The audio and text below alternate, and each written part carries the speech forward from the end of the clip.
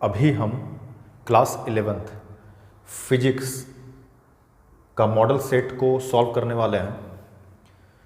हमें मालूम होना चाहिए कि क्लास 11th में जो मॉडल सेट जो जारी किया गया है टर्म 1 के लिए जो परीक्षा होने वाली है वह 35 अंकों की होने वाली है, 35 मार्क्स की, और उसके लिए हमें समय दिया जाएगा 1.5 घंटा, 1 घंटा 30 मिनट। टोटल 35 क्वेश्चंस हमें सॉल्व करने हैं परीक्षा में, और प्रत्येक सही हल के लिए हमें 1 अंक प्राप्त होगा। और MCQ क्वेश्चंस है, मल्टीपल चॉइस क्वेश्चंस होंगे, जिनमें से 1 सही होगा, 3 गलत होंगे। जो अगर हम सही चुनते हैं तो हमें प्रत्येक सही हल के लिए 1 अंक प्राप्त होगा, और गलत अगर हो जाता है किसी प्रश्न का हल तो उसके लिए कोई अंक प्राप्त नहीं होंगे और कोई अंक कटेगा भी नहीं। चलिए, तो सबसे पहले हम लोग पहला क्वेश्चन में चलते हैं। पहला क्वेश्चन क्या कहता है? तो पहला क्वेश्चन कहता है which of the following is a characteristic of unit। Characteristic मतलब विशेषता क्या है एक मात्रक की, इकाई की। तो यहाँ पर हिंदी में भी लिखा है निम्नलिखित में से कौन सी इकाई की विशेषता है? The unit must be universally accepted, सही बोल रहे हैं, इकाई सार्वभौमिक रूप से स्वीकार किया जाना चाहिए।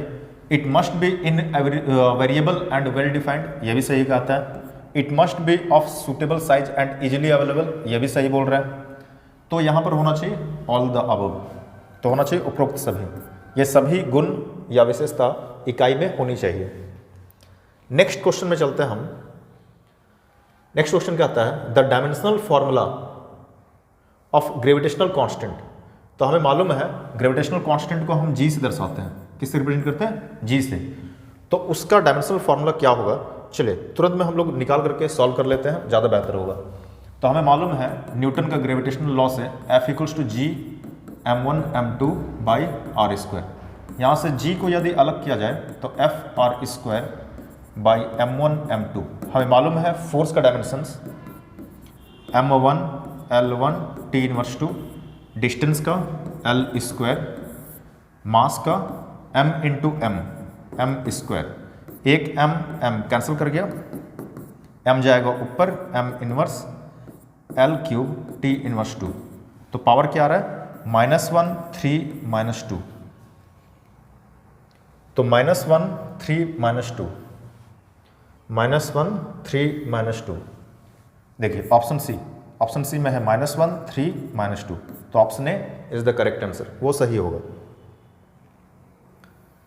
हम सभी क्वेश्चंस को जहां जरूरत होगा सॉल्व करके हल करेंगे, हल करके हम लोग आगे बढ़ेंगे, जिससे हमें कोई दिक्कत ही ना हो। चलिए नेक्स्ट क्वेश्चन 3rd नंबर क्या कहता है? Which of the following pairs has the same dimensions. किनका सेम डायमेंशंस होगा? तो ये आंसर ये सही होगा, इम्पल्स एंड मोमेंटम का। किसका? इम्पल्स एंड मोमेंटम का। चलिए करके देखते हैं, हम लोग समझ में आएगा।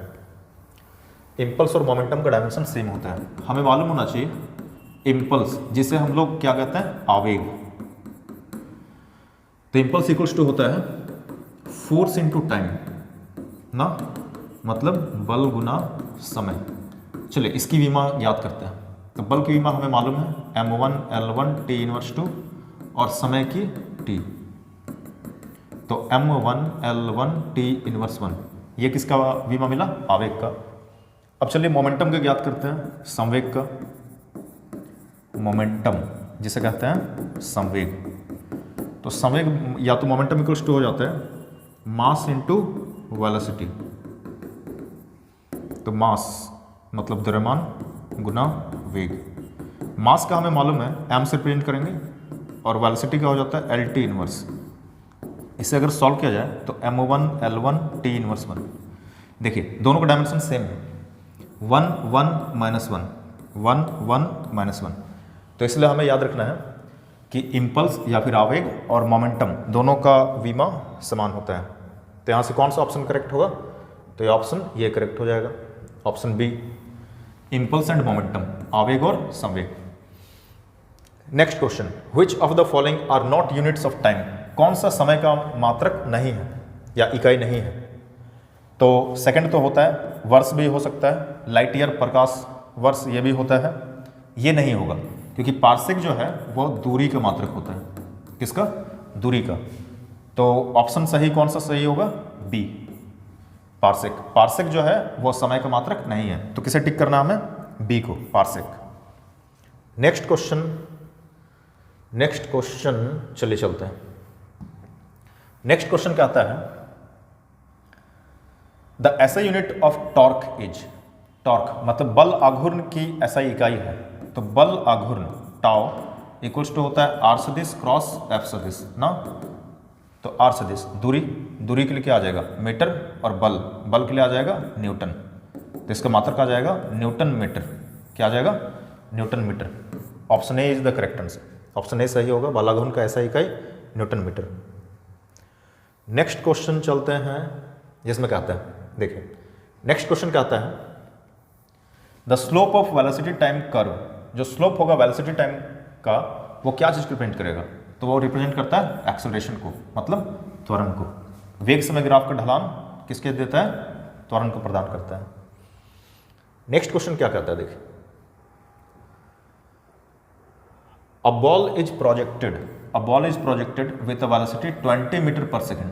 तो हमें वेलोसिटी दिया है 20 मीटर पर सेकेंड से, इसे वर्टिकली प्रोजेक्ट किया जा रहा है। वर्टिकली मतलब ऊर्ध्वाधरतः ऊपर प्रक्षेपित कर रहा है, लंबवत रूप से ऊपर 20 मीटर प्रति सेकंड से। Find the distance travelled in first 2 seconds. तो पहला 2 सेकंड में कितना डिस्टेंस को ट्रेवल कर रहा है उसे मालूम करना है, तो आसानी से मालूम कर सकते हैं। तो क्या क्या चीज़ यहाँ पर दिया है? जी का वैल्यू हमें कितना लेना है? 10, वेलोसिटी गिवन है 20 मीटर पर सेकंड, और समय दिया है 2 सेकंड। चलिए सॉल्व करते हैं यहाँ से।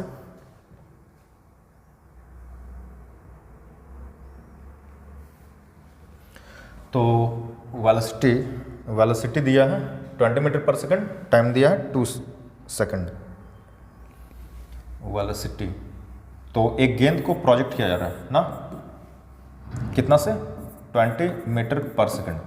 तो इसका वेलोसिटी 20 मीटर पर सेकंड से इसे प्रोजेक्ट किया गया, और टाइम कितना बोल रहे हैं? 2 सेकंड के बाद ये कितना डिस्टेंस को ट्रेवल करेगा, ऊपर जा रहा है। तो हम मालूम कर सकते हैं, और जी का वैल्यू हमें क्वेश्चन में दिया है 10 मीटर पर सेकंड इसको लेने के लिए। तो distance equals to S equals to U T plus half A T square. सही है? यू का value 20 into time 2 seconds plus half. A का वैल्यू किस में जाएगा? माइनस जी में। किस में? माइनस जी इसलिए क्योंकि ये ग्रेविटी या तो फिर गुरुत्व त्वरण के विपरीत दिशा में ऊपर जा रहा है, इसलिए माइनस लगा देते हैं, और 2 का स्क्वायर। चलिए इसे सॉल्व करते हैं। तो ये आ गया 40 प्लस माइनस माइनस 1/2, जी का वैल्यू 10, 2 का square 2 into 2 will cancel out, 40 minus 20 मतलब कितना डिस्टेंस? 20 मीटर। करेक्ट? तो आंसर क्या होना चाहिए? 20 मीटर। चलिए चेक करते हैं, देखिए तो ऑप्शन ए करेक्ट होगा, 20 मीटर, ये ना 20 मीटर। चलिए नेक्स्ट क्वेश्चन क्या कहता है? Acceleration is which type of physical quantity. Acceleration किस टाइप का राशि है? तो हमें मालूम है एक्सेलरेशन कैसा राशि है? सदिश राशि है। कैसी राशि? सदिश राशि। नेक्स्ट क्वेश्चन कहता है if the displacement of an object is zero. अगर मान लिया किसी बॉडी का डिस्प्लेसमेंट ही जीरो है, डिस्प्लेसमेंट जीरो है, what can we say about distance covered. तो वो कितना दूरी तय करता है उसके बारे में क्या कह सकते हैं? अगर विस्थापन शून्य है तो ऑप्शन में दिया है it is negative, it must be zero, it can not be zero, और इट में और मै नॉट बी जीरो। तो इसमें देखिए क्या हो सकता है, अगर डिस्प्लेसमेंट जीरो है ना, विस्थापन अगर शून्य है, डिस्प्लेसमेंट विस्थापन शून्य है, डिस्प्लेसमेंट जीरो है, तो बॉडी का डिस्टेंस क्या हो सकता है? तो बॉडी का डिस्टेंस वो जीरो नहीं भी हो सकता है। देखिए कैसे समझने के लिए, चलिए इधर समझते हैं हम लोग। अगर मान लिया कोई बॉडी सर्कुलर पाथ में मूव कर रहा है ना, तो सेंटर से अगर ये एक चक्कर लगा लिया, एक चक्कर, और वापस पॉइंट पी पर पहुंच गया, तो बॉडी का डिस्प्लेसमेंट कितना होगा? ये तो जीरो हो गया, जहां था वहीं पहुंच गया, लेकिन डिस्टेंस क्या वो जीरो हुआ? डिस्टेंस नहीं। एक चक्कर जब लगा लिया तो एक चक्कर मतलब वृत्त की परिधि, सर्कमफेरेंस ऑफ सर्कल, वो कितना हो गया 2πr। तो डिस्प्लेसमेंट भले जीरो है लेकिन डिस्टेंस जीरो नहीं भी हो सकता है, नहीं ना हो सकता है। और एक कंडीशन ऐसा भी है जिसमें डिस्प्लेसमेंट अगर जीरो है तो डिस्टेंस भी जीरो हो सकता है। अगर कब, जैसे मान लिया ये बॉडी है पॉइंट ए पर है ना, ये बॉडी रेस्ट का रेस्ट में ही रहा, ये बॉडी रेस्ट का रेस्ट में ही रहा, तो बॉडी का डिस्प्लेसमेंट क्या होगा, ये जीरो होगा और डिस्टेंस कितना होगा, वो भी जीरो होगा।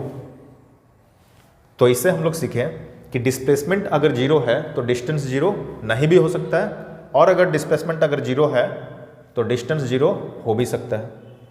तो हो भी सकता है जीरो, नहीं भी हो सकता है जीरो। तो इसका करेक्ट आंसर होना चाहिए यह शून्य हो भी सकता है या नहीं भी हो सकता है, option D, it may be may or not be zero. Next question देखिए क्या कहता है, ध्यान से समझते हैं। Two cars A and B are moving with velocities 100 km per hour and 60 km per hour. What is the relative velocity of car A with respect to car B if both are moving along same straight line in same direction?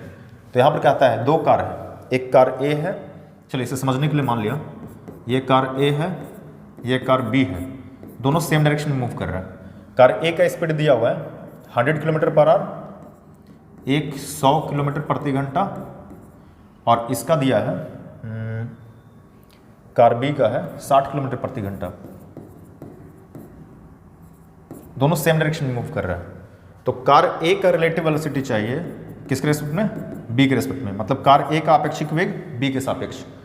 तो जब दो वाहन या कोई वस्तु या कोई सदिश एक ही दिशा में जाता है तो आपेक्षिक वेग घट जाता है और विपरीत दिशा में बढ़ जाता है। तो यहां पर क्या होगा, घटेगा। और जब A से B का चाहिए तो 100 में से 60 घट जाएगा तो कितना मिलेगा, 40 किलोमीटर पर आवर। कौन सा सही होगा, ए नंबर, 40 किलोमीटर प्रति घंटा, ये सही आंसर आना चाहिए। और अगर विपरीत दिशा में होता तो जुड़ जाता। Next question, question number 11, the rate of change of displacement is called. तो डिस्प्लेसमेंट में, डिस्प्लेसमेंट है ना, मान लो dx से रिप्रेजेंट कर रहे हैं, the rate of change in displacement is called velocity. क्या होगा, वेलोसिटी। तो विस्थापन के परिवर्तन की दर कहलाती है, क्या कहलाती है, विस्थापन, the rate of change of displacement is called, तो वो कहलाती है वेलोसिटी, मतलब वेग। कौन सा ऑप्शन, सी। चलिए क्वेश्चन नंबर 12 क्या कहता है, analogue of mass in rotational motion, analogue of mass in rotational motion.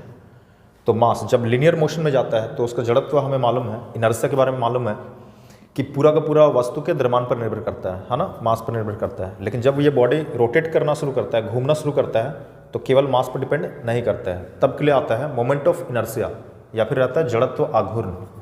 तो यहाँ पर क्या हो जाएगा, जड़त्व आघूर्ण, घूमने वाला के लिए, तो रोटेशनल के लिए आ जाता है मोमेंट ऑफ इनर्शिया। तो ऑप्शन ए करेक्ट होगा। नेक्स्ट क्वेश्चन क्या कहता है देखिए, two bullets are fired simultaneously, दो बुलेट को फायर किया गया साइमल्टेनियसली, एक ही समय में, एंड विथ डिफरेंट स्पीड्स, लेकिन दोनों का स्पीड क्या है, डिफरेंट है, फ्रॉम द सेम प्लेस, एक ही जगह से फायर किया जा रहा है। Which bullet will hit the ground first, तो कौन सा बुलेट ग्राउंड को फर्स्ट हिट करेगा, इसे हमें मालूम करना है। उसे देखने के लिए मान लिया हम लोग यहाँ आते हैं, चलिए तो मान लिया यहाँ पर एक बुलेट है ना, यहाँ पर बुलेट है, दोनों बुलेट का हाइट क्या है, सेम है, एच के वैल्यू तो दोनों बुलेट का सेम है, दोनों बुलेट सेम हाइट से प्रोजेक्ट किया जा रहा है, हाँ वेलोसिटी दोनों का अलग अलग है। तो मान लिया एक आप समझ सकते हैं, एक बुलेट को ज़्यादा स्पीड से थ्रो किया गया, फेंका गया, प्रोजेक्ट किया गया, तो वो ज़्यादा दूर पर जाएगा, और जिसको कम वेलोसिटी से फेंका गया, जो ड्रॉप कराया गया, वो कम दूरी पर जाएगा। क्लियर है? लेकिन कितना टाइम बाद गिरेगा, क्या दोनों का टाइम सेम होगा, तो हाँ दोनों का टाइम सेम ही होगा। क्यों होगा, उसका कारण हमें मिल जाएगा, हमने इक्वेशन ऑफ मोशन पढ़ा है, S equals to ut plus half A T square. Question में कहा है कि जो बुलेट है उसको हॉरिजॉन्टल डायरेक्शन में प्रोजेक्ट किया जाता है, हॉरिजॉन्टल मतलब क्षैतिज, तो क्षैतिज मतलब इस डायरेक्शन में मूव कराया गया। क्लियर है? तो जब क्षैतिज डायरेक्शन में, हॉरिजॉन्टल डायरेक्शन में इसे मूव कराया गया तो इसका वर्टिकल वेलोसिटी तो जीरो होगा, वर्टिकल वेलोसिटी जीरो होगा। तो s की जगह हम लोग हाइट ले सकते हैं माइनस एच ना, डिस्टेंस अभी माइनस एच, क्योंकि नीचे गिरना है इसको, और किसके कारण, इसका वर्टिकल वेलोसिटी तो जीरो है, तो u की जगह हम कितना ले सकते हैं, जीरो, क्योंकि वर्टिकल वेलोसिटी को लेकर के चल रहे हैं, ध्यान रखना है वर्टिकल वेलोसिटी, तो ये जीरो, t प्लस हाफ, एक जगह माइनस जी और टी स्क्वायर। अब यहां से देखिए minus H equals to minus G T square by two, minus minus will cancel out, h equals to G T square by two, तो T square equals to 2h by G और t equals to under root 2h by G. अब सोचिए t equals to है under root 2h by G, मतलब time कितना लगेगा दोनों bullet को गिरने में, तो 2h बाई जी, हाइट कितना को ट्रेवल करना है, h, ये ना हाइट है, तो हाइट तो दोनों का सेम है, ये तो दोनों का सेम है, और g का वैल्यू भी दोनों के लिए क्या रहेगा, सेम रहेगा, तो टाइम का वैल्यू भी क्या रहेगा, सेम रहेगा, क्योंकि 2 तो कांस्टेंट है, जब h भी सेम है, 2 भी सेम है, कांस्टेंट है, और g का वैल्यू भी दोनों बुलेट के लिए सेम है, तो टाइम सेम ही होगा। तो ये टाइम का फॉर्मूला से भी पता चल रहा है 2h बाई जी से कि ये सेम ही टाइम लगेगा। तो कौन सा ऑप्शन सही होगा, तो ये ऑप्शन आ जाएगा ये, कौन सा सी, बोथ विल रीच साइमल्टेनियसली, है ना, दोनों एक साथ पहुंचेंगे, याद रखना है ऐसा क्वेश्चन के लिए। अगला क्वेश्चन में चलते हैं, देखिए अगला क्वेश्चन कहता है which of the following operations between the two vectors can yield a vector perpendicular to either of them. दो सदिश राशियों के बीच निम्नलिखित में से कौन सा संचालन के कारण जो सदिश मिलेगा वह दोनों सदिश राशियों पर लंबवत होगा। A vector cross B vector equals to होता है A B sine theta N cap ना, और क्रॉस प्रोडक्ट का डायरेक्शन हम कैसे निकालते हैं, तो निकालते हैं राइट हैंड स्क्रू रूल या तो राइट हैंड थंब रूल से। तो राइट हैंड थंब रूल हमेशा उसके प्लेन के क्या रहता है, परपेंडिकुलर ना, तो एन कैप का डायरेक्शन हमेशा ये दोनों वेक्टर के प्लेन के क्या रहेगा, परपेंडिकुलर। तो परपेंडिकुलर डायरेक्शन कौन सा प्रोडक्ट के कारण मिलेगा, क्रॉस के कारण। तो क्रॉस के कारण मतलब ये ऑप्शन आ जाएगा आपका डी नंबर ना, क्रॉस प्रोडक्ट मतलब वेक्टर प्रोडक्ट के कारण।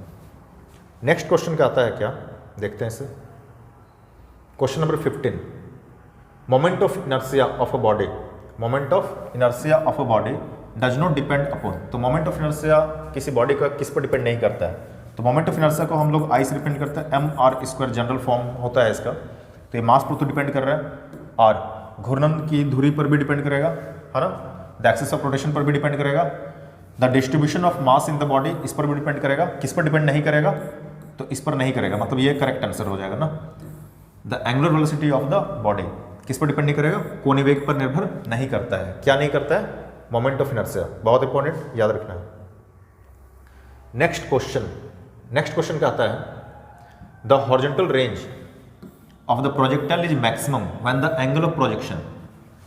तो हॉरिजॉन्टल रेंज ज़्यादा से ज़्यादा मैक्सिमम डिस्टेंस पर अगर प्रोजेक्ट करना है तो हमें कितना एंगल पर थ्रो करना पड़ेगा, हम सबको मालूम है कितना एंगल पर, 45 degree.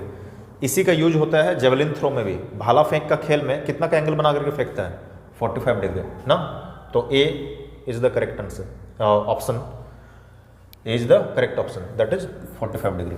Question number 17, which of the following remains constant for a projectile motion.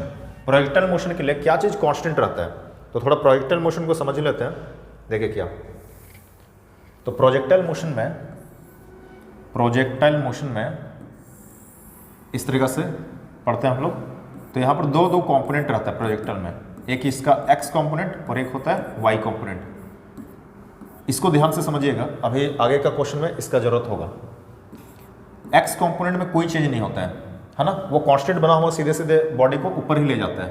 लेकिन वाई कंपोनेंट जो है वो मैक्सिमम हाइट पर जाकर के वाई कंपोनेंट जीरो हो जाता है, और सिर्फ कौन सा कंपोनेंट बचता है, एक्स कंपोनेंट। मान लिया ये मैक्सिमम हाइट वाला पॉइंट है, तो यहाँ पर कौन सा जीरो हो जाएगा, वाई कंपोनेंट जीरो, क्योंकि और ऊपर तो नहीं ले जा पा रहे हैं, अब क्या हो जाता है, वो तो नीचे गिरता है under the influence of gravity, लेकिन यूएक्स में कोई चेंज नहीं होता है। तो इसलिए कौन सा कंपोनेंट इसका चेंज नहीं होगा, तो एक्स कंपोनेंट, मतलब हॉरिजॉन्टल कंपोनेंट, क्षैतिज घटक। तो इसका आंसर होना चाहिए, इसका आंसर होना चाहिए वेग का क्षैतिज घटक, वेग का क्षैतिज घटक। गतिज ऊर्जा भी चेंज होता है, क्योंकि जब वो ऊपर जाता है तो धीरे धीरे वेलोसिटी कम होते जाता है ना, और मैक्सिमम हाइट पर जो वाई कंपोनेंट का जो वेलोसिटी रहता है वो पूरा क्या हो जाता है, जीरो हो जाता है।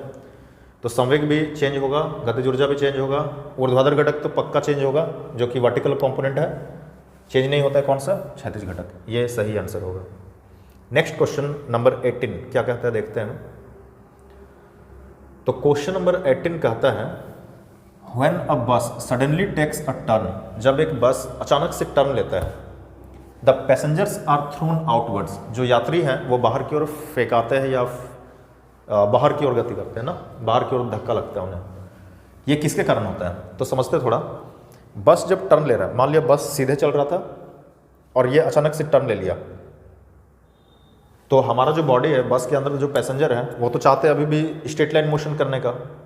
तो अभी बस तो टर्न हो गया, हमारा बॉडी चाहता है कि अभी भी स्ट्रेट लाइन मोशन करें, इसलिए हम बाहर की ओर फेंका जाते हैं। तो इसका सही ऑप्शन होना चाहिए इनर्शिया ऑफ मोशन, या फिर गति की जड़ता के कारण। किसके कारण, गति की जड़ता के कारण बाहर की ओर गिरते हैं हम। नेक्स्ट क्वेश्चन कहता है, next question, a person sitting in an open car, एक व्यक्ति है जो खुली कार में बैठा है ना, एक बॉल को थ्रो करता है हवा में ऊपर की ओर, एक बॉल को फेंक दिया ऊपर की ओर। द बॉल विल फॉल, तो बॉल कहाँ गिरेगा, क्या कार के बाहर गिरेगा, in the car ahead of the person, है ना, कार में व्यक्ति के आगे गिरेगा, in the car to the side of the person, side में गिर जाएगा, या फिर exactly in the hand which threw it up, कि एकदम गेंद फेंकने वाले व्यक्ति के हाथ में गिरेगा। तो इसका ऑप्शन ये सही होगा। कैसे होगा उसको थोड़ा समझेंगे हम लोग, तो थोड़ा ध्यान दीजिए इसमें।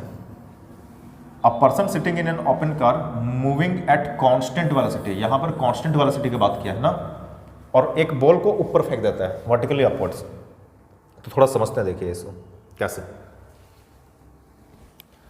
तो मान लीजिए यहाँ पर एक कार है, ध्यान समझिएगा, बहुत आसान सा क्वेश्चन।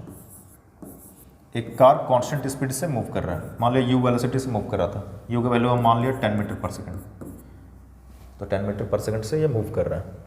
एक बॉल को एक पर्सन मान लिया कार के ऊपर बैठा है, खड़ा है, और एक बॉल को फेंक दिया ऊपर की तरफ, किधर की तरफ, ऊपर की तरफ, कितना से, मान लिया 20 मीटर पर सेकेंड से। अब बॉल जो है, ये जो बॉल है, ये जो मान लिया बॉल है, और जो कार है, ये दोनों का स्पीड सेम है कि नहीं है, क्योंकि बॉल भी तो कार के साथ साथ ही मूव कर रहा है। तो जब बॉल का वर्टिकल जो स्पीड होगा, वर्टिकल स्पीड मान लिया जो हाथ से जो फेंक रहा है, वर्टिकल स्पीड जो हाथ से जो फेंक रहा है वो कितना से फेंक रहा है, 20 मीटर पर सेकंड से। लेकिन बॉल भी तो कार के साथ साथ सीधा डायरेक्शन में मूव कर रहे हैं, यानी कि हॉरिजॉन्टल डायरेक्शन में, क्षैतिज दिशा में। तो ये कितना होगा, ये तो अभी भी 10 मीटर पर सेकंड, और कार कांस्टेंट वेलोसिटी से मूव कर रहा है, एक ही डायरेक्शन में मूव कर रहा है, और कांस्टेंट वेलोसिटी से मूव कर रहा है, इसी डायरेक्शन में मूव कर रहा है। तो कार ऐसे ऐसे ऐसे ऐसे बढ़ते जा रहा है। तो इसका जो मोशन होगा ये एक तरह से प्रोजेक्टाइल मोशन होगा। कैसा मोशन, प्रोजेक्टाइल मोशन। तो प्रोजेक्टाइल मोशन में दो कंपोनेंट हो गया, अभी जस्ट हम लोग सीख रहे थे। जो हॉरिजॉन्टल जो कंपोनेंट है ये तो अभी भी 10 मीटर पर सेकंड ही रहेगा, इससे काम है सिर्फ बॉल को आगे बढ़ाना, क्योंकि कार के साथ साथ तो बॉल भी आगे बढ़ रहा था ना।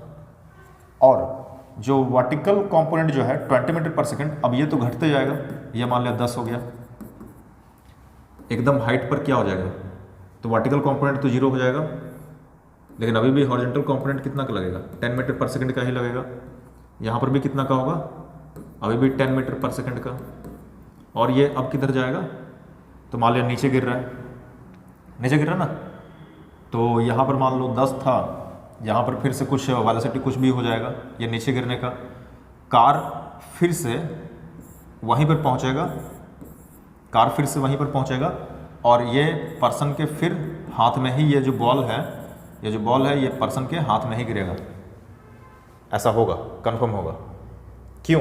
कारण यह है क्योंकि बॉल को कहाँ से प्रोजेक्ट किया जा रहा है? बॉल को प्रोजेक्ट किया जा रहा है चलती हुई कार से, तो बॉल भी तो मूव कर रहा था ना, बॉल भी मूव कर रहा है और वहाँ से फेंक दिया। तो जैसे जैसे कार आगे बढ़ेगा बॉल भी आगे बढ़ेगा, यानी कि बॉल का मोशन कैसा रहेगा? Projectile motion. ये जो कार में जो पर्सन जो बैठा है उसे पता नहीं चलेगा प्रोजेक्टाइल मोशन का। जब ग्राउंड से मतलब कोई बाहर, कार के बाहर कोई ऑब्जर्व करेगा, देखेगा, तो उसको दिखेगा प्रोजेक्टाइल मोशन, और इसको लगेगा कि स्ट्रेट लाइन मोशन जैसे यहाँ था, यहाँ से बॉल फिर से हाथ में ही गिरेगा उसका। कब? जब कांस्टेंट वेलोसिटी से मूव करेगा। तो ये प्रोजेक्टाइल मोशन ही है ना, प्रोजेक्टाइल मोशन। तो किसके लिए प्रोजेक्टाइल मोशन? तो ये प्रोजेक्टाइल मोशन है जो ग्राउंड में जो ऑब्जर्वर होगा उसके लिए। फिर से समझते, थोड़ा ध्यान से देखिएगा। सिंस ये कार कितना की स्पीड से चल रही है? कांस्टेंट स्पीड मान लिया 10 मीटर पर सेकंड से, ये तो 10 मीटर पर सेकंड, 10 मीटर पर सेकंड, 10 मीटर पर सेकंड।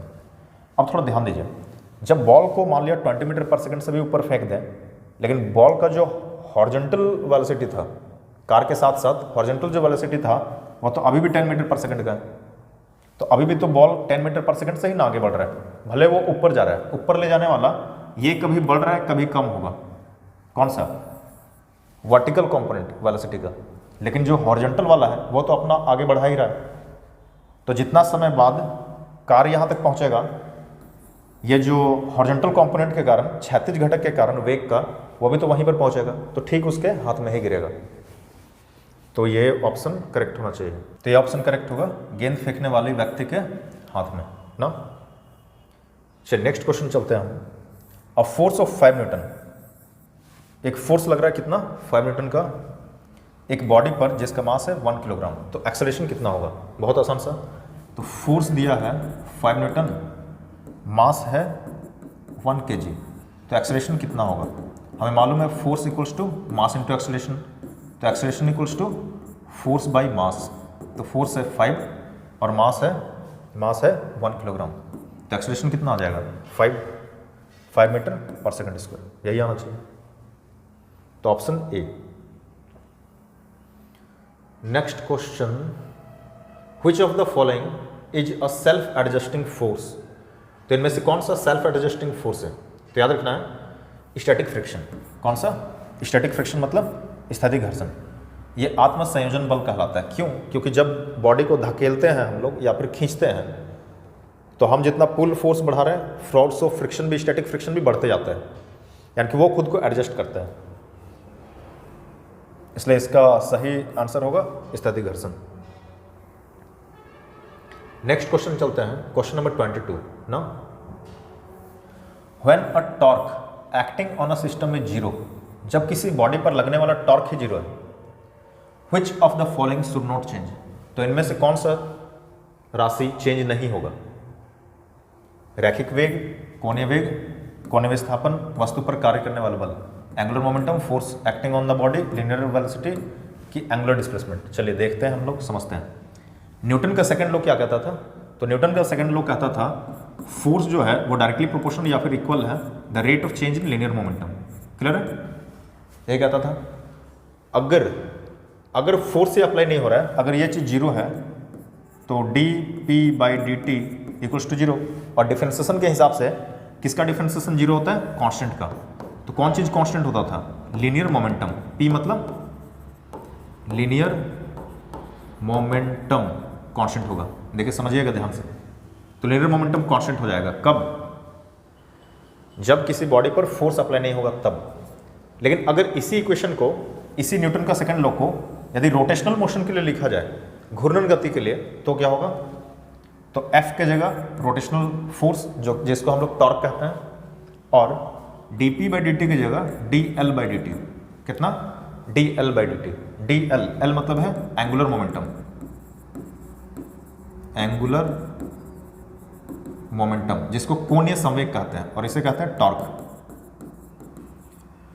तो कह रहा है जब बलाघूर्ण, टॉर्क मतलब बलाघूर्ण ही 0 है ना, शून्य है, torque acting on a system में 0, तो जब टाउ को ही 0 कर देंगे तो D L by D T equals to 0।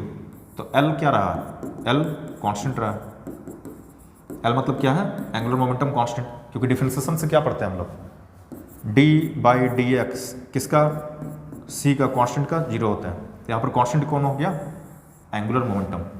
तो सही होना चाहिए एंगुलर मोमेंटम, ये एंगुलर मोमेंटम, या फिर कोणीय, यहाँ पर ना मोमेंटम है तो यहाँ पर संवेग होना चाहिए, कोणीय संवेग सही होगा ना, कोणीय संवेग, जिसको एल से रिप्रेजेंट करते हैं।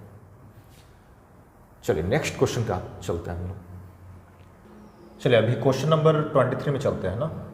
तो क्वेश्चन नंबर 23 क्या कह रहा है, हैमर ऑफ मास 300 ग्राम, एक हथौड़ा है जिसका द्रव्यमान दिया हुआ है 300 ग्राम, मूविंग एट 40 मीटर पर सेकंड, और वो गति कर रहा है 40 मीटर पर सेकंड से। स्ट्रैक्स अ नेल, किसी कील से वो टकराता है। द नेल स्टॉप्स, और बाद में वो जो नेल है, जो कील है, वो रुक जाता है, रोक देता है, sorry, stops the hammer, nail जो है, कील जो है, वो रोक देता है हथौड़ा को इन अ वेरी शॉर्ट टाइम। तो टाइम भी दिया हुआ है यहाँ पर 0.02 सेकेंड्स। तो तीन चीज़ हमें मालूम है,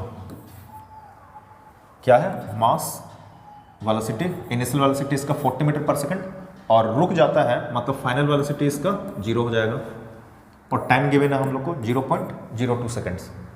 the force of the nail on the hammer, तो जो फोर्स, जो नेल हैमर पर जो लगा रहा है, तो फोर्स मालूम करना है। तो मास 300 ग्राम, वेलोसिटी 40 मीटर पर सेकंड, और टाइम दिया है इतना। तो मास 300 ग्राम, वेलोसिटी, तो वेलोसिटी इनिशियल वेलोसिटी है 40 मीटर पर सेकंड ना, और टाइम कितना सेकंड में रोक देता है, 0.02 सेकंड्स में। तो हमें मालूम करना है फोर्स, और फाइनल वेलोसिटी क्या हो जाएगा, वो तो 0 मीटर पर सेकंड, क्योंकि नेल से स्ट्राइक करने के बाद वो रुक जाता है। चलिए सॉल्व कर सकते हैं। तो force equals to mass into acceleration, m एक जगह v minus U by T. तो मास कितना है, मास है 300 ग्राम। चलिए इधर सॉल्व कर लेते हैं हम लोग। 300 ग्राम, ग्राम को किलोग्राम में कन्वर्ट करेंगे तो 1000 से डिवाइड करना पड़ेगा, तो 10⁻³ v माइनस यू, v है 0 क्योंकि रुक जाता है, और u था 40 मीटर पर सेकंड, 40 बाई टाइम है 0.02। तो F equals to 300 into 10⁻³ into -40 by 0.02। चलिए यहाँ से देखिए 1 2 3 3 0 और ये -3 कैंसिल कर गया, तो 3 4 जा 12 -12 बाई 0.02। तो F इक्वल्स टू आ जाना चाहिए -12, 2 0 ऊपर चल जाएगा, 1200 बाई 2, तो कितना, -600 न्यूटन। और माइनस नेगेटिव साइन ये रिप्रेजेंट कर रहा है कि ये रोकने वाला फोर्स है, तभी तो रुक जा रहा है, टकराने के बाद रुक जा रहा है। तो -600 न्यूटन। चलिए है कि नहीं ऑप्शन, हाँ है, सबसे पहला ऑप्शन नहीं होगा, कितना का, 600 न्यूटन का फोर्स लग रहा है। तो इस तरह से मालूम कर लेंगे हम लोग। चलिए उसके बाद का क्वेश्चन क्या कहता है, देखिए क्वेश्चन क्या कहता है, अब बुलेट, एक बुलेट है, एक गोली है जिसका मास है 40 gram, mass 40 gram, is fired from a gun, एक गन से उसको फायर किया गया। गन का मास दिया है 8 किलोग्राम, और बुलेट का स्पीड दिया हुआ है 800 मीटर पर second. Calculate recoil velocity of the gun. तो हम लोग को मालूम है बुलेट तो आगे जाता है लेकिन गन रिकॉइल होता है, यानी कि पीछे आता है। तो गन का रिकॉइल वेलोसिटी क्या होगा उसे मालूम करना है। चलिए इसे सॉल्व करते हैं। तो सॉल्व करने के लिए हम लोग को एक principle of conservation of momentum मालूम होना चाहिए। तो यहाँ पर आ जाएगा m1v1 plus m2v2 equals to 0 ना, m1v1 plus m2v2 equals to 0। Total जो मोमेंटम होगा वो तो कंजर्व्ड होगा। अब m1v1 मान लेते हैं, 1 मतलब बुलेट को मान लेते हैं और 2 मतलब गन को मान लेते हैं। तो यहाँ पर क्या क्या दिया है देखिए, बुलेट का मास गिवन है 40 ग्राम और वेलोसिटी 800 मीटर पर सेकंड, 80 ग्राम तो 10⁻³ किलोग्राम, और वेलोसिटी है 800 मीटर पर second. Mass of gun given है 8 किलोग्राम, कितना है देख लेते हैं एक बार। हाँ 8 किलोग्राम ना, और ये 40 ग्राम है, सॉरी। तो बुलेट का ये है 40 ग्राम और ये है 8 किलोग्राम। तो 8 प्लस, सॉरी ये इसके साथ इनटू में है ना, V2 इक्वल्स टू 0। क्लियर है? तो अब इसे सॉल्व करना है, तो इसको उधर ले जाएंगे। तो देखिए यहाँ से 4 इंटू 8 और यहाँ से भी 3 जीरो, 1 2 3 10⁻³ कैंसल इक्वल्स टू, इसको माइनस में ले जाएंगे, -8 V2। क्लियर है? V2 चाहिए, तो ये तो बाई में आ जाएगा, तो 4 into 8 by -8, 8 cancel, V2 equals to -4 metre per second. तो गन जो है वो कितना वेलोसिटी से रिकॉइल करेगा? 4 मीटर पर सेकेंड से। और नेगेटिव साइन क्या बता रहा है? बुलेट अगर आगे जाएगी तो गन पीछे रिकॉइल करेगा ऑपोजिट डायरेक्शन में, इसलिए नेगेटिव साइन है। चलिए देखते हैं कौन सा ऑप्शन करेक्ट होगा। तो ऑप्शन ये करेक्ट हो जाएगा, ये D, -4 metre per second. Next question में चलते हैं। देखिए नेक्स्ट क्वेश्चन कहता है force required in accelerating a 3 kilogram mass. तो मास दिया हुआ है 3 किलोग्राम, एक्सेलरेशन भी दिया हुआ है 5 metre per second square, and a 4 kilogram at 4 metre per second square will be. तो कितना फोर्स रिक्वायर्ड होगा? दोनों में क्या सेम लगेगा कि अधिक कम लगेगा? तो थोड़ा करके देख सकते हैं। फोर्स इक्वल्स टू क्या होता है? मास इंटू एक्सेलरेशन। तो मास इंटू एक्सेलरेशन, इन दोनों को प्रोडक्ट अगर कर दें 3 5 जा 15 मीटर 15 किलोग्राम, देखिए मास इंटू एक्सेलरेशन, तो यहाँ पर 15 न्यूटन का फोर्स लगना है इसको 5 मीटर पर सेकेंड स्क्वायर से एक्सेलरेट कराने में। Just product, force equals to mass into acceleration. अब इसको अगर किया जाए तो फिर से force equals to mass into acceleration, mass है 4 इंटू 4, तो ये कितना आ जाएगा? 16 न्यूटन। 16 न्यूटन। तो किस में ज़्यादा फोर्स चाहिए होगा? क्या दोनों में सेम चाहिए? नहीं। इसको 5 मीटर 3 किलोग्राम मास का बॉडी को 5 मीटर पर सेकेंड स्क्वायर से एक्सेलरेट कराने में कितना न्यूटन का फोर्स रिक्वायर्ड है? 15 न्यूटन का, 15 न्यूटन का फोर्स चाहिए। लेकिन 4 किलोग्राम मास का बॉडी है और 4 मीटर पर सेकेंड स्क्वायर से अगर उसको एक्सेलरेट कराना है तो 60 न्यूटन का फोर्स चाहिए। तो किसको ज़्यादा फोर्स चाहिए? तो ऑप्शन डी सही होगा, greater for 4 kilogram mass at 4 metre per second square. तो 4 किलोग्राम द्रव्यमान को 4 मीटर पर सेकेंड स्क्वायर से त्वरित कराने में अधिक बल चाहिए होगा। ये तो बहुत आसान सा था, F इक्वल्स टू ma से कंपेयर कर लिया, तुलना कर लिया हम लोग। अब देखिए the centripetal force acting on a body undergoing circular motion is.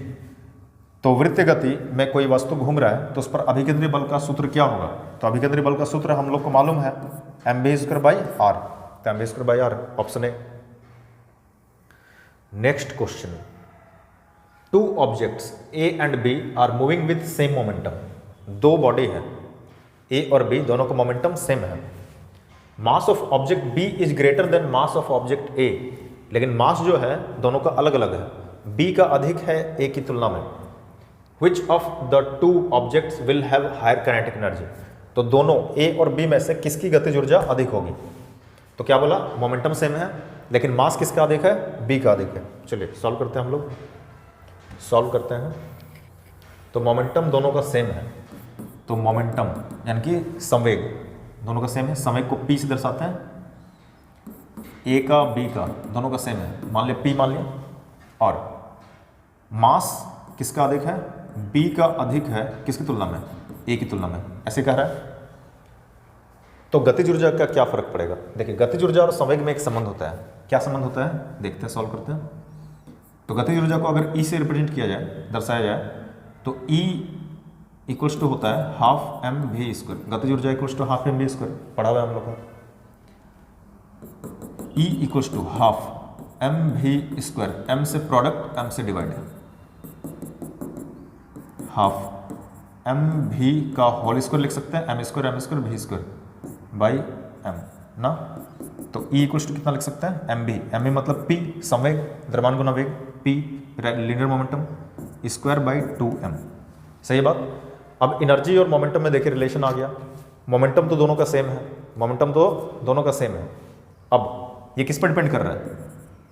जो काइनेटिक एनर्जी है, जो गतिज ऊर्जा है उसी को ना ई से दर्शाया गया था, वो किस पर डिपेंड कर रहा है? मास पर। तो मास जिसका ज़्यादा होगा काइनेटिक एनर्जी उसका कम होगा, ये ना रिलेशन पता चला। तो मास किसका ज़्यादा था? बॉडी बी का, वस्तु बी का द्रव्यमान अधिक है तो इसका गतिज ऊर्जा कम होगा। तो बी की गतिज ऊर्जा कम, बी की गतिज ऊर्जा कम होगी। बी की गतिज ऊर्जा कम होगी मतलब किसकी अधिक होगी? ए की अधिक होगी। तो दोनों में से किस वस्तु की गतिज ऊर्जा अधिक होगी? तो वस्तु ए की। किसको टिक करना है हमें? वस्तु ए की। कैसे? तो वो तो समझ में आ गया, द्रव्यमान कम गतिज ऊर्जा अधिक। तो किसका द्रव्यमान अधिक था?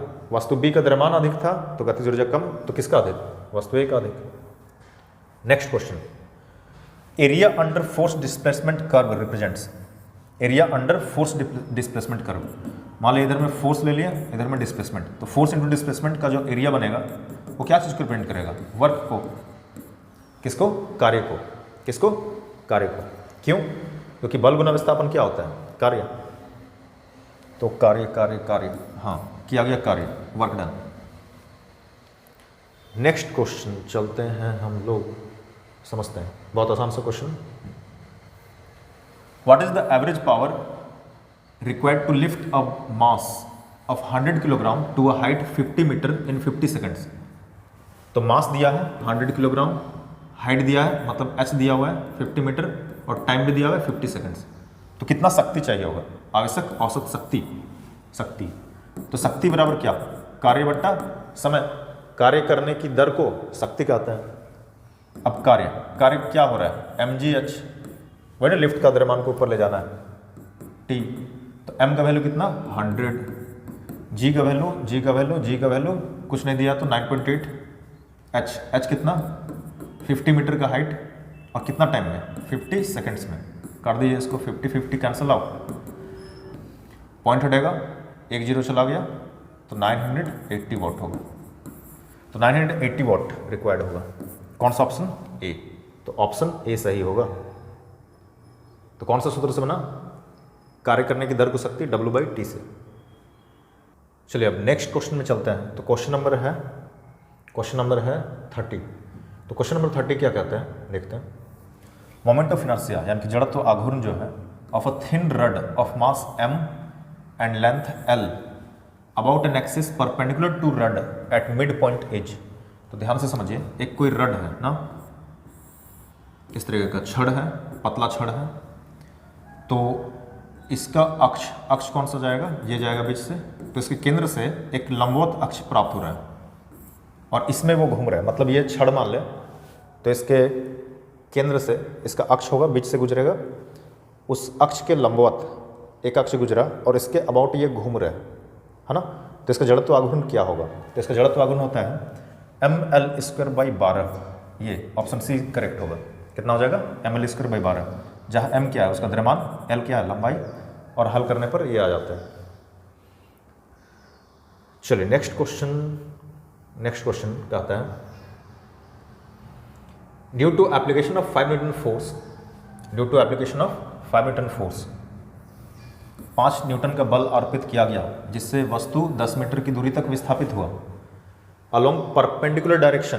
बहुत अच्छा सा क्वेश्चन में ट्रिक लगाया, देखिए परपेंडिकुलर डायरेक्शन में मूव किया of the force, what amount of work is done. तो कितना अमाउंट का वर्क होगा? तो हम लोग को मालूम होना चाहिए, मालूम है भी। तो वर्क इक्वल्स टू होता है फोर्स इंटू डिस्प्लेसमेंट, और force vector quantity, displacement vector quantity, work scalar है। तो इनके बीच में डॉट प्रोडक्ट या फिर स्केलर प्रोडक्ट लगता है, और स्केलर प्रोडक्ट हमें मालूम है Fs किस में टूटता है? कॉस थीटा में। और यहाँ पर परपेंडिकुलर डायरेक्शन जब बोल दिया तो एंगल कितना हो गया? 90 डिग्री, और हमें मालूम है कॉस 90 का वैल्यू क्या हो जाता है? 0। तो फोर्स का वैल्यू कुछ भी रहे, डिस्प्लेसमेंट का वैल्यू कुछ भी रहे, कॉस 90 अगर 0 है तो सारा वर्क क्या हो जाएगा? 0। सारा वर्क हो जाएगा 0। तो कौन सा ऑप्शन करेक्ट होगा? डी। तो option D is the correct answer. Question number 32, the work performed on an object does not depend on. तो वर्क जो है वो किस पर डिपेंड नहीं करेगा? तो वर्क किस पर डिपेंड नहीं करेगा? अभी जस्ट वर्क का फॉर्मूला पढ़े, तो work equals to Fs cos theta ना। तो वर्क 3 चीज पर डिपेंड करता है, किस पर? फोर्स पर, डिस्प्लेसमेंट पर और दोनों के बीच का एंगल पर। तो डिस्प्लेसमेंट पर करेगा, फोर्स पर करेगा, angle between force and displacement इस पर भी करेगा, लेकिन किस पर नहीं करेगा? इनिशियल वेलोसिटी पर नहीं करेगा। तो करेक्ट आंसर कौन सा होगा? ये डी, क्योंकि यहां पर क्या प्रारंभिक वेग का कोई काम है नहीं है वर्क में, तो ऑब्वियसली इस पर निर्भर नहीं करेगा वस्तु का प्रारंभिक वेग पर, क्योंकि बल पर तो करेगा, विस्थापन पर करेगा, दोनों के बीच के कोण पर भी करेगा, लेकिन प्रारंभिक वेग पर नहीं करेगा कार्य निर्भर। नेक्स्ट क्वेश्चन में चलते हैं। क्वेश्चन नंबर 33 देखिए क्या कहता है। The work done by all the forces, बाहरी फोर्स यानी कि एक्सटर्नल और internal on an object equals the change in, जिसके कारण जो चेंज आता है किस परिवर्तन के बराबर होता है? तो याद रखना यह काइनेटिक एनर्जी का चेंज के बराबर होता है, किसके? काइनेटिक एनर्जी के। नेक्स्ट क्वेश्चन देखिए, question number 34, the centre of mass of a body.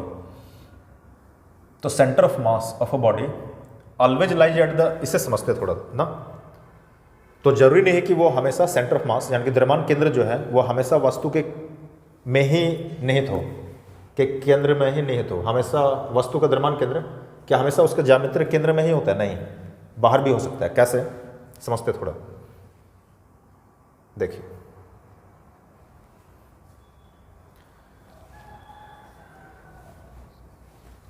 जैसे एक अभी छड़ देख रहे थे, तो छड़ के लिए द्रव्यमान केंद्र कहाँ रहता है? उसके अक्ष का लंबाई का एकदम केंद्र पर, यहां होगा सेंटर ऑफ मास, द्रव्यमान केंद्र। लेकिन जब वलय की बात होती है, किसकी बात हो रही है? वलय की, मतलब एक रिंग या फिर वलय, तो इसका वस्तु में थोड़ी ना हो रहा है, तो ये कहाँ रहेगा? यहां केंद्र। तो ये तो बाहर भी हो सकता है, तो वस्तु के अंदर भी हो सकता है और वस्तु के बाहर भी हो सकता है। तो कौन सा ऑप्शन करेक्ट होगा? तो अगर इसको देखा जाए तो करेक्ट आंसर होगा वस्तु के भीतर या बाहर हो सकता है, मे लाई विद इन और आउटसाइड द बॉडी। चलिए लास्ट क्वेश्चन पहुंच गए। आसान सा क्वेश्चन है, इंपॉर्टेंट क्वेश्चन है। The torque of a force, तो फोर्स दिया हुआ है और टॉर्क भी दिया, सॉरी डिस्टेंस दिया हुआ है किसी पॉइंट का, जो पोजीशन वेक्टर कहते हैं वो दिया हुआ है 7ik plus 3j plus, actually यहाँ गलत हो गया, k होना चाहिए। क्या होना चाहिए? k, वहाँ i कर दिया, दो जगह i नहीं हो सकता है, तो ijk ऐसा रहता है। तो फोर्स का वैल्यू गिवन है कितना? -315। तो कितना दिया? फोर्स दिया है -3ik j प्लस 5k, ठीक है। और पोजीशन वेक्टर दिया है क्या? तो पोजीशन वेक्टर दिया है 7 3 1, 7ik 3j प्लस k, 7 3 1, ठीक है। तो हमें बल आघूर्ण याद करना है, बल आघूर्ण, जिसको हम लोग टॉर्क भी कहते हैं, जो कि एक वेक्टर क्वांटिटी है। तो टाउ इक्वल्स टू होता है R vector cross F vector, R vector cross F vector. तो यहां पर एफ क्रॉस आर नहीं करना है, आर क्रॉस एफ ही होगा, भले एफ को पहले दे और आर को बाद में दे, क्योंकि वेक्टर प्रोडक्ट में अगर आगे पीछे हो जाएगा तो चेंज हो जाएगा, डायरेक्शन चेंज हो जाएगा, मतलब प्लस का माइनस, माइनस का प्लस, ऐसा उल्टा हो जाता है। चलिए, तो डिटरमिनेंट मेथड से हम लोग सॉल्व कर लेते हैं इसको आसानी से। तो टाउ वेक्टर जब मालूम करना है तो हम लोग आई केप जे केप के केप ऐसे लेते हैं, ये प्लस माइनस प्लस। तो आई केप किसका लेंगे? पहले आर का लेंगे, क्योंकि आर क्रॉस एफ है।